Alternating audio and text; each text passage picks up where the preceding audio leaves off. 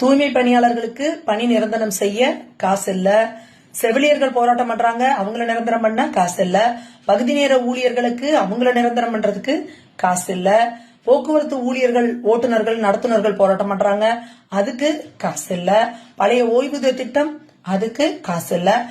கல்வி கடனை ரத்து பண்ணணுமா, அதுக்கு காசு இல்ல. நகை கடன் தள்ளுபடி பண்ணுமா, அதுக்கு காசு இல்ல. இங்க கல்வியோட தரத்தை உயர்த்தணும் அப்படின்னா மத்திய அரசு நிதி ஒதுக்கல.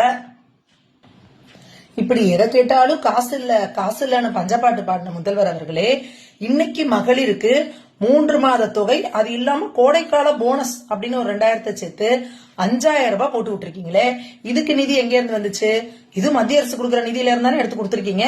இல்ல உங்களோட திமுகவோட ஃபண்ட்ல இருந்து எடுத்து கொடுத்தீங்களா? உங்களோட உண்டியல் குலுக்கி ஒரு கட்சிக்கு வச்சிருக்கீங்களா, அந்த நிதியில இருந்து எடுத்து கொடுத்தீங்களா? இல்ல முத்துவேல் கருணாநிதி ஸ்டாலின் சொல்றீங்களே, உங்க அப்பாவோட சொத்துல இருந்து வித்து எது எடுத்து கொடுத்தீங்களா? இல்ல இல்லையா?